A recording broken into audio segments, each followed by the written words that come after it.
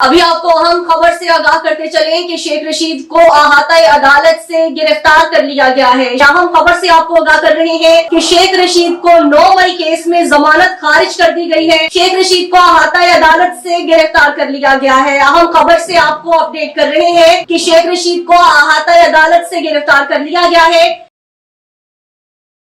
आफ्ताब बरनी साहब हमारे साथ मौजूद है, मजीद इनसे तफसीलात जान लेते हैं। आफ्ताब साहब आगाह कीजिएगा, क्या तफसीलात हैं आपके पास? अवामी मुस्लिम लीग के सरबराह शेख रशीद को गिरफ्तार कर लिया गया है। वो 9 मई के वाक़े पर थाना न्यू टाउन के मुकदमे में जमानत पर थे। उन्हें जमानत खारिज होने पर अहाता अदालत से गिरफ्तार किया गया है। उनकी गिरफ्तारी की खबर उनके ससुराल वालों पर बिजली बनकर गिरी है।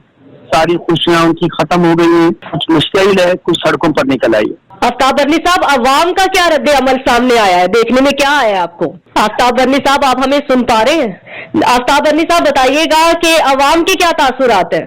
अवाम बहुत मुश्किल है, बहुत सारे लोग अब बाहर सड़कों पर निकल आए हैं। कुछ लोग आपस में अभी सलाह मशवरे भी कर रहे हैं, लेकिन उनके एहतजाज पर अवाम को में शदीद गम और गुस्सा पाया जा रहा है। बहुत शुक्रिया आफ्ताब बरनी साहब, आप हमें तफसीलात से आगाह कर रहे थे।